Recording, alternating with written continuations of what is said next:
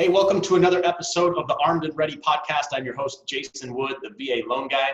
We have a really cool guest with us today, Rich Wharton, an Air Force veteran also. And we're super pumped because the Air Force is the best. And so it's great to have a couple of Air Force guys on the show today, and we can rap about some cool Air Force stuff and what we did and all that jazz. So Rich, so cool to have you on the show today, man. Thanks for carving out some time for us.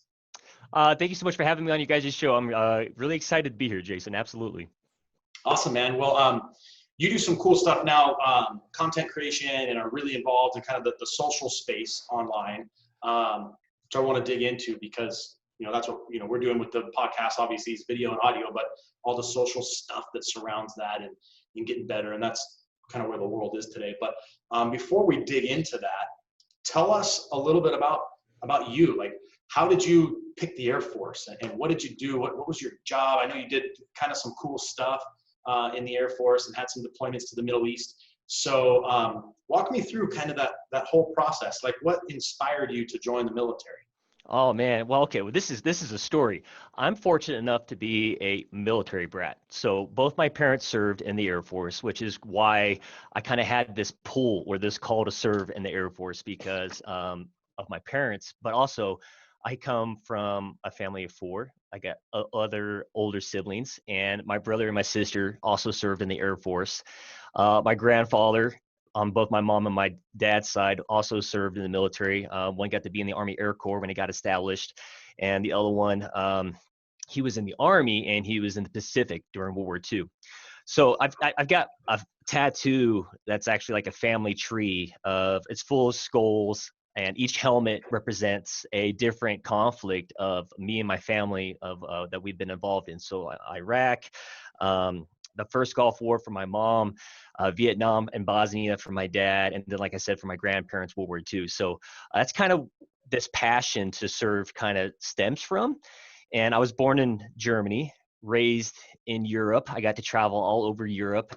It was about the mid 90s when we moved to the States. And then I joined the military and then went off to do my own thing. And I did that for 7 years. I got into the Air Force in 2003, right out of high school, and I went into pararescue. And at the time, I was engaged to my high school sweetheart, and my family didn't know about this. And we ended up eloping. I know, right? I was making all the right moves according to my parents at this time, but we eloped on Town Pass during graduation weekend. And I was going into pararescue, and it was, I think, week 2 when I was on team. We were on 001, balls one is how we referred to it. And I found out that my wife wasn't going to be able to join me on my training pipeline, only on Christmas Exodus. And it hit me hard because as a newlywed, I wanted to be with her and I wanted her to join me. And so I made a difficult decision, but the right decision, and I'd make that decision again, to leave pararescue and to go wherever Uncle Sam needed me to be, which at the time was civil engineering. So I became a water and fuel systems craftsman. Now, you seem old enough to where you might remember the movie Pauly Shore made in the Army now. Yeah, I remember it. Yeah, that's kind of what I did when I was deployed in Iraq. We took water from the Euphrates, made it to where it was clean. We could cook with it, clean with it, shower with it, drink it, things of that nature. We distributed the water out to the base.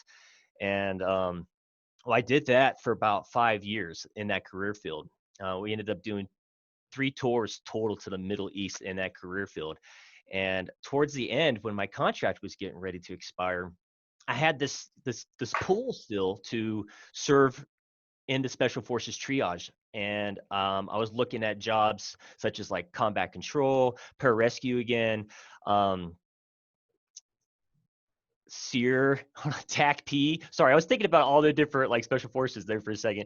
And well, SEER caught my eye. And what that stands for is Survival, Evasion, Resistance, Escape, teaching aircrew members how to survive in any given environment if they get shot down. I was like, oh man, that's stateside? Let's do that. And so I cross-trained into that, but it didn't work out as I imagined it did. So after 7 years, I decided to end my contract with the Air Force. And I'm into streaming. That's cool, man. That's a neat story. And we were kind of talking before the show started about just some of your experiences and things, in the Middle East and how hot it got and and being away from, Ridiculously hot. yeah, and then in the SEER training, being away from kids, and the more that I talk to people, a lot of the pull, oftentimes, for people to get out of the military, it seems, is just that it's either getting deployed so much that it's like, hey, eventually a bullet's going to hit me. I've dodged it this many tours. One day one's going to land on me. Or B, it's that time away from the family that is so difficult. When you have young ones at home and stuff, that's really tough to be It gone. is tough. And you just remember, you made me think about a memory of coming back from my second tour. My son didn't recognize me because I had been gone. I think I was gone for this one for about 8 months, which is not common. At the time, the ops tempo, it was supposed to be gone for 6, home for 6, gone for 6, home for 6, with us being in civil engineering. And I was a part of an an ACC squadron. And so that we were just constantly gone. And well, that tour being as long as it was, I had left when he was very, very, very young, and I came back and he didn't know who I was besides from like the pictures. And then like every once in a while I got to do, what was that? Skype. I think Skype had just started and it was terrible service. It wasn't like anything like this. It Yeah. was freeze frames and like drops constantly. And so like he would see me and I would see him, which my wife was amazing about making sure, he saw me. But when I came home and I got off that plane and we're doing all the hugs on the tarmac, he did not want to come to me. And that hit me hard. And I was like, wow, I understood it because, I've been gone for so long. Who is this man? Yeah. But even though he saw me on Skypes and like, his mom was really good about photos and videos, things of that nature, he still didn't want to go to me because he was kind of nervous. It took a while. He warmed up. Obviously, we're good now. He's 14 now. This is when he was, 2007 was my second tour. So I think he had to have been 2 at this age. So, he was pretty young. Yeah, that is really young. That's tough when they're that young. It's tough to be gone because you miss all these little milestones, and but then on the flip side, that reaction, that's heartbreaking. That pulls at your heart pretty hard. I mean, that makes a lot of sense as to why you start thinking about changing your career path. Yeah, especially after the third one where I was like, yeah, this ops tempo is not changing.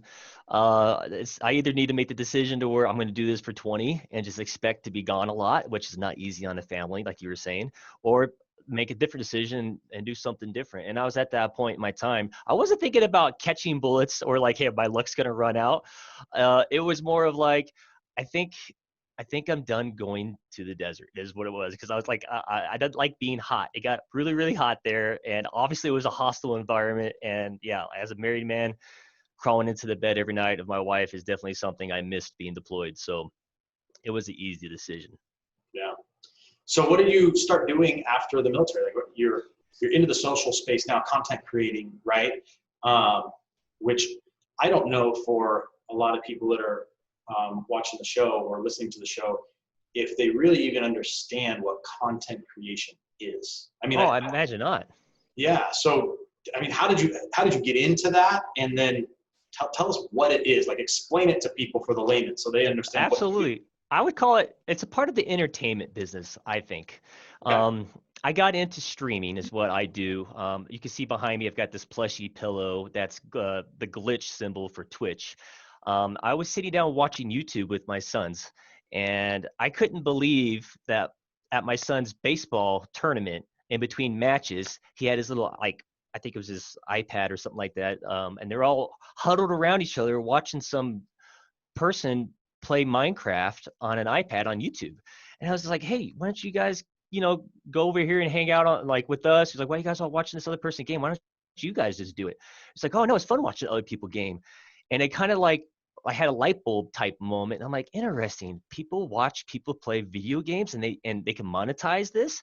And I kind of looked into it and I was just kind of dumbfounded. At the time I was in school, I was going to college for sports medicine, specializing in exercise science because I wanted to be kind of like a fitness trainer and like a kind of like fitness coach. And well, I told my wife what the kids were doing and I go, I think I could get into something like that.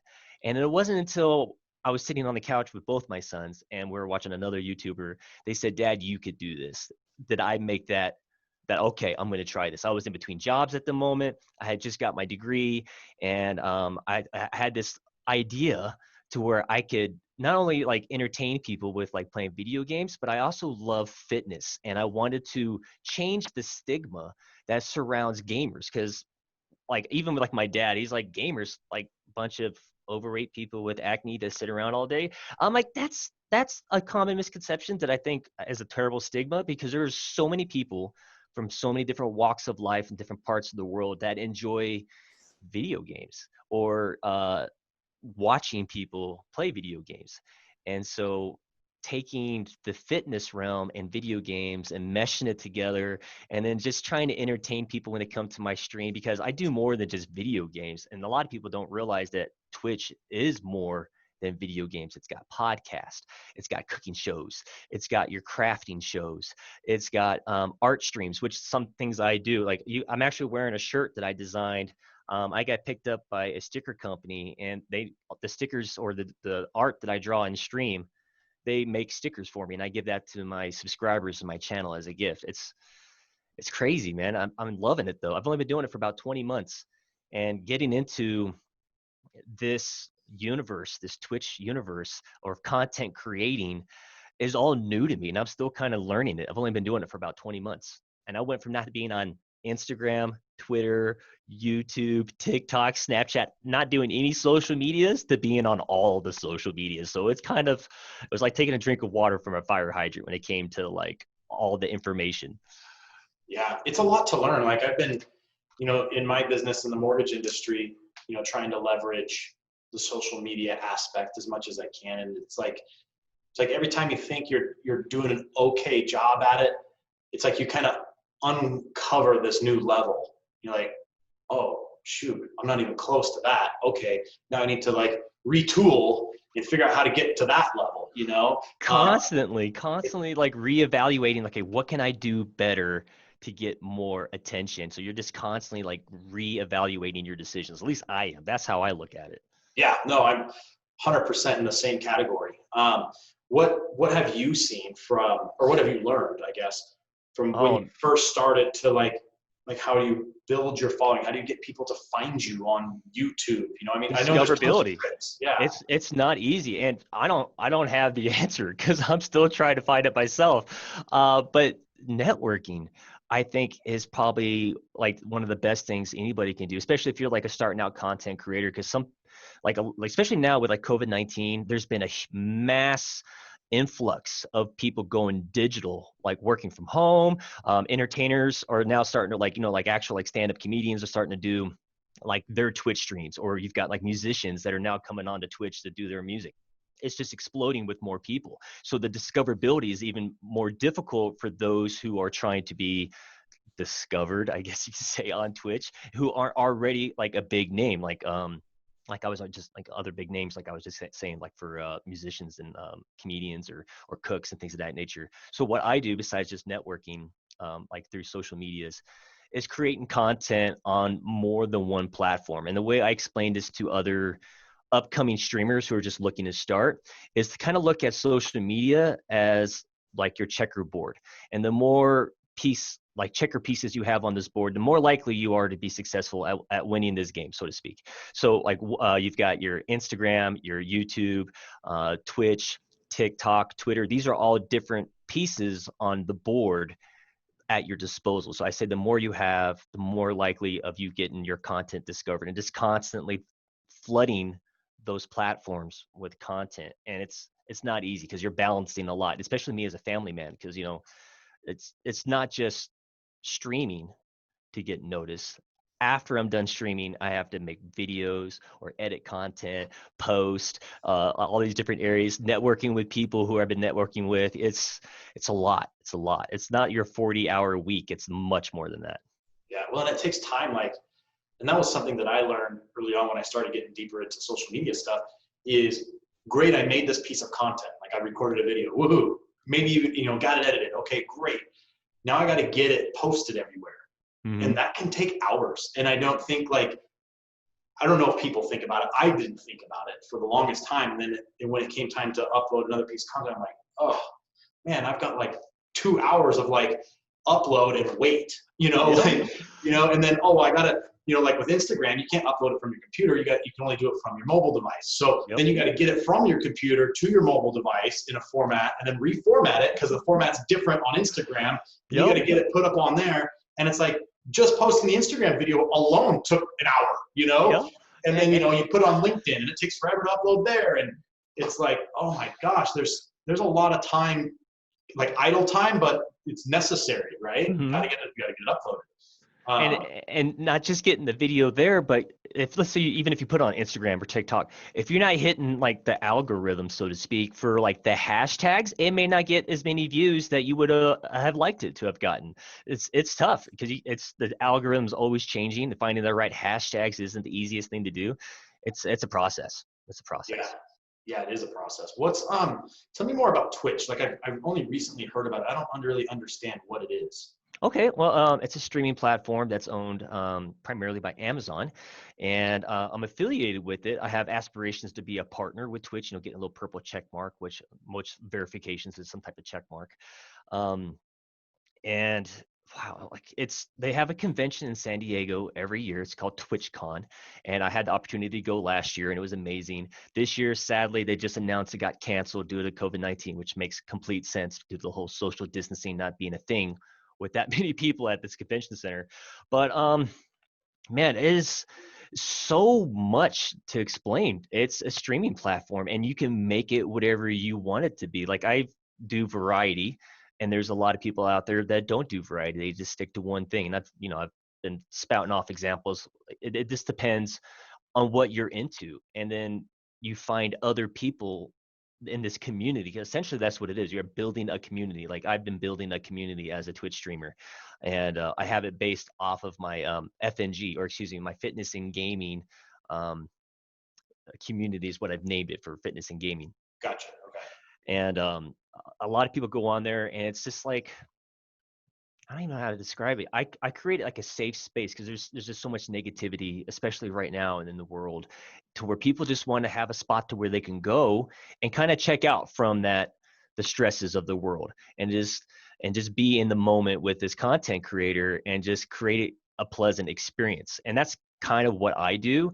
Um, I have a lot of different people from a lot of different parts of the world. It's really amazing. I love it. I have people coming in from India, from the Netherlands, Canada, Mexico, all over the States, as well as like Italy, the UK. It's awesome. All these different parts of the world, all different walks of life, all these people in one location, creating this shared experience. I love it. And as me, like, I'm not really an introvert. I'm more of the opposite of that. And you'll find there's a lot more introverts, so to speak, on Twitch. And so this is a great way, especially now with social distancing and the way technology is like exploding with this COVID-19. It's giving an avenue for people to still interact with other people, because it's live and it's highly interactive, especially in the chat. Oh wow, that's really interesting. So, um, might have to look into Twitch a little bit for. I would, yeah. I mean, like, Wow. especially with anybody who's like an entrepreneur looking to grow their brand, depending on what it is that they do. With you doing podcasts, you could probably do some stuff on Twitch for sure, and it would definitely help you out. So let's talk about like monetizing. Like Okay. that's like the key word, right? Yes, it is. In doing all this, right? You've got to make money. Yep. You've got to have an income, right? So, um, from an elementary standpoint, I get Okay. that like more followers will help you with monetizing your content. Um, so walk me through that a little bit. Okay. Well, anybody can get on Twitch and watch Twitch. You don't have to pay. It's a free services. But if you decide you want to stream through Twitch, you don't automatically start monetizing from it. You have to become an affiliate. And so they have prerequisites that you have to hit, kind of like stepping stones. So you have to have this many average viewers, this many followers, and you have to have streamed for this long. And then once you hit these um, core requirements, they then invite you to be a part of the affiliation program where you can start to monetize your work. And you have to, agree to their terms of service, the TOS, saying that you won't do anything that's like an infringement or copyright infringement. And then, like you were saying, like with the money. So we have bits, which are kind of like pennies or like a way that you can throw a tip at somebody, but at the same time, you can donate or tip somebody as well. So it's kind of difficult to explain bits, but I'll do my best. Let's say I did something that was impressive to you in the game I was doing, and you wanted to throw a quick 25 cents at me. You can drop 25 biddies in the chat, and then that goes to me. But I don't get all of the biddies. You know, Amazon or Twitch, they have to take their cut. So they take a cut of everything, whether it be subscriptions, which people can pay to be a subscriber to your channel, which gives them like ad-free viewing. It gives them emotes that they can use specifically in my channel because I have my own specific emotes. And what other way? So I said donating, I said bits, Do you get anything from the subscription. advertisers that advertise? Yes, advertising. Yeah, very minimal. I don't have the numbers in front of me. I apologize, but it's a very low number when it comes to how much you make off of an ad. So they do have pre-rolled ads for your stream, and if somebody comes in and they're not subscribed, they're going to hit with an automatic ad. I get a small portion of those ads, and it's based off of how many viewers are currently in the stream for that ad. So if I had like 100 people and I played like a quick 15-second ad, I may or may not get like maybe like 25 cents or something. Like it's a very low number. Like I really don't have the numbers in front of me. It's unless you're constantly rolling ads with insanely large numbers, that's about the only time you really see a good benefit from the ad. It does add up though. Every little bit adds up over time, but Yeah. I haven't seen too much from the ad revenue, so to speak. And then so does it, obviously it differs a little bit like when you're trying to monetize like on YouTube, right? So subscribers on YouTube eventually is what I imagine leads to advertisers advertising on your page or your stream, right? And then you probably get some of that revenue, I would imagine, depending on how large your audience is, right? Well, I don't have a very large presence on YouTube. Even though I said that you need to have all these social medias in your disposal, I have a presence on all of those, but I have a huge focus on mainly like Instagram and Twitch. All the other ones I'm on there, but it's so hard to balance all of them. I kind of Yes. stick to just one as my main focus. Plus, I enjoy the way Instagram is with like the IGTV to where you can do like longer videos like you can kind of find on YouTube. I'm kind of turning like my Instagram into my YouTube while still posting stuff to YouTube. I just don't do enough on YouTube to really talk about YouTube. Does that make sense? Yeah, yeah, that makes sense. That's cool. That's cool. So kind of back to the military a little bit. So you in SEER training, Mm-hmm. obviously you're teaching survival, right? And Yep. so I mean, and you explained it to me, but for those guys, like I always when I was in the military, I always wanted to become a pilot, right? So I knew that I had officer school, I had pilot school, and I had survival school, which were going to be a couple of years to accomplish all that stuff. But survival school was one that they talked about quite a bit, which is what you were an instructor of, right? Yeah, training to become an instructor in. Yeah. Training. Okay. So I mean, in that it's like, hey, your aircraft gets down somewhere and you're teaching them how to survive, right? How to survive in all these different environments, how to not get captured by the enemy, what happens if you do get captured, how to not get tortured,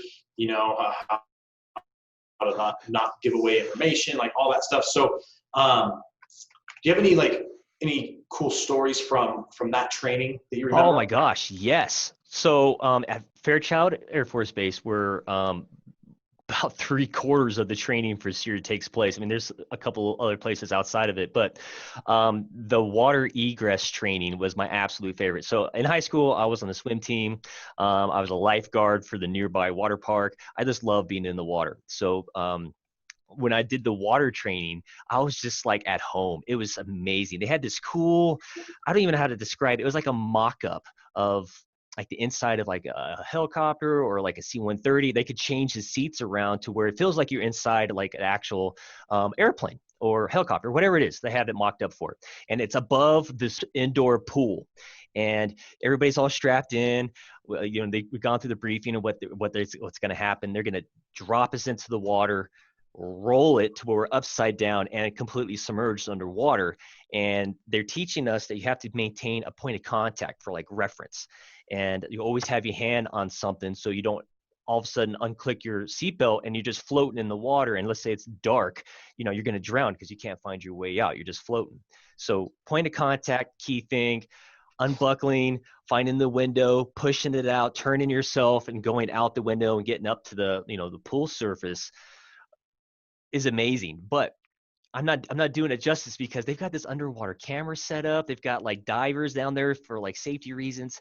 And then they've got like the sound system on to where it sounds like a storm. The lights are off and they got strobe lights and it's flickering. Somebody's out there with like a fire suppression hose and everybody's all like linking up, trying to like swim together to get to like the life raft after everybody's gotten out of the down aircraft simulation. And we're getting into this life raft and we're getting sprayed in the face with these things and it's simulating a storm. We're having to put the canopy. I mean, it was just like the coolest experience. I loved like the water egress training. Even when they set us in our own individual like metal chairs, they gave us like our own little self-contained breathing apparatus, like in our pocket here. And they roll you in this chair to where you're completely upside down. You got to find it, purge it, breathe, unbuckle, and then crawl out. It was awesome. I love that aspect. That was like my favorite. That's cool. I was always interested to know what the training was like for like if you'd been captured. Okay, that's a little bit more difficult to talk about, just because some of the stuff I'm not supposed to talk about. Right. But the stuff I can talk about, it's got to be intense. I mean, think about it. We can only train so close to the real thing. You know what I mean? Like, we're not going to do the type of tortures on our own personnel for the sake of training. It's dramatizing enough as it is to do a training scenario. So it's more like a stressor is kind of what they would use for some of the training. But wow, okay. Getting rolled up and as a like prisoner of war or a detainee or hostage situations, like it was intense, like severely intense training. And it's just amazing. Like everybody has a different breaking point. Everybody has a breaking point and it's at different intervals for everybody. Some people break faster than others. It's all about remembering what they train you. And so it's a constant, like, kind of like with infants or young children, it's just repetition, repetition, repetition until they finally get it. Well, it's kind of the same thing when you're training adults, repetition until they finally get it. And so if you're not doing something right, they're going to keep doing the situation that you're messing up in until you get it right. So that way in the real situation, you know what to do. I try like being taught how to get out of handcuffs, zip ties, using shoelaces to like cut through zip ties. I mean, there's some things that are kind of like basic knowledge for like survival situations that we could talk about, but the actual training itself that we go through, it's supposed to kind of stay hush hush. Sure. But it's nothing to where you can't survive going through it, because obviously it's a training environment. It's a rough one. And I came out of it a completely different person and kind of emotional from it too, because I had already done 2 tours to the Middle East, and I have, a wife and kids. And then like, they use that as leverage over you when you're in some type of interrogation room. And like, they're trying to teach you like how not to let them use like tools such as family members against you and try to almost be like an actor, so to speak, in certain situations. And I was lucky enough to where my wife has a very unique name. And so they tried to use her name in the interrogation room on me, and it was completely wrong and slaughtered. So I was like, who's that? I don't even know who the hell you're talking about. So I played it off so well. And at the end of the scenario, he was like, dude, are you really not married? I'm like, no, I'm married. You just didn't say my wife's name right. It was funny. Academic situation, once the scenario is over, we talk about it like, hey, this is what you did wrong. This is where you need to improve. Good job on ripping up that document type stuff. Yeah, just the whole debrief. That's cool. How long is that training in total? Like all phases of it? Like 6 weeks. going through survival school or going through like survival training, like if you're an air crew member, because it can be longer depending on your career field. Like if you're somebody who kicks in doors and goes in and rescues people, your survival training is going to be a little bit more intense and longer than, let's say, somebody who's I don't know, so maybe I can't think of an example right now. Maybe somebody who's like a part of air crew and their job is just to carry cargo back and forth, and if they get shot down in an environment, like what they would have to go through. So it's a little bit catered towards your career field, but for the most part, time wise, I think we spent a week out surviving in the woods. And then we did a week going through different forms of like getting rolled up as like a POW or detainee or hostage. Like we did a full week of that type of mock-up training in their actual training environment that was supposed to simulate like, being a detainee or a hostage or a prisoner of war. Got it. Okay. Yeah, that's interesting, man. So I'm sure through your military training that some of that stuff has probably translated into how you operate, your business, and probably helped establish some skill sets for you, right? A little bit, So yeah. what would you say, like what kind of advice could you share for the audience that maybe could help them in either their military career or in their civilian world from your experience in the military or training? Okay. Task saturation, being able to time manage was something that I learned being in the military. I'm sure a lot of other military members have learned that too, just because, especially with SEER, is when you're training to become a SEER instructor, you get task saturated, unbelievably so, just so that you can kind of learn to prioritize what you need to accomplish. And so with that experience, I've kind of brought that over to the civilian sector, so to speak, and especially with content creating and streaming. Like I was mentioning earlier, it's so much more than just turning on a video game, so to speak, and just playing in front of people. So much goes into that. Even outside of it, trying to get that content out for other people to see. So the task saturating, the time management, I think that's something that I've taken with me from the military side into the civilian sector that's kind of helped me kind of, hey, this is what I need to do type deal, have these checklists to go through. And then advice that I could give to people, I was nervous to, from an entrepreneurship mindset, which I'm sure you're going to understand, is that you have to be willing to take risk. And taking the chance or the risk on yourself is a scary one, because me making the decision, okay, I'm going to start from scratch in something I had known nothing really about, just something that I'm interested in, but I think I can make it happen. I had to establish a plan, and I communicated that with my wife. I talked about it with my family, my friends, hey guys, this is what I'm going to do. Do you think this is something I can pull off? And we kind of brainstorm. So we put together a good plan. A 5-year plan is what I'm working on, 20 months into it. And taking that chance, it's hard, but do it. I think you should take the chance on yourself. If you're not willing to take the chance on yourself, how do you expect others to take the chance on you? Is how I look at it. Yeah, that's really good advice. No risk, no reward, as they say. Right? Yeah. And if you fail, at least you tried. Right. And, it goes back kind of those cliche quotes, from any famous athlete or famous rich guy was, they failed more times than they succeeded. Right. Absolutely. You have to fail to learn. Right. You got to fail to learn. And some of those lessons can be really tough and they can be really expensive. But that's what just makes you bigger, better, stronger for the next challenge ahead, right? To help you get through it. Absolutely. So a question that I got to ask is, having served in the military, have you used your VA loan yet to buy a house? I have. Yeah. Twice.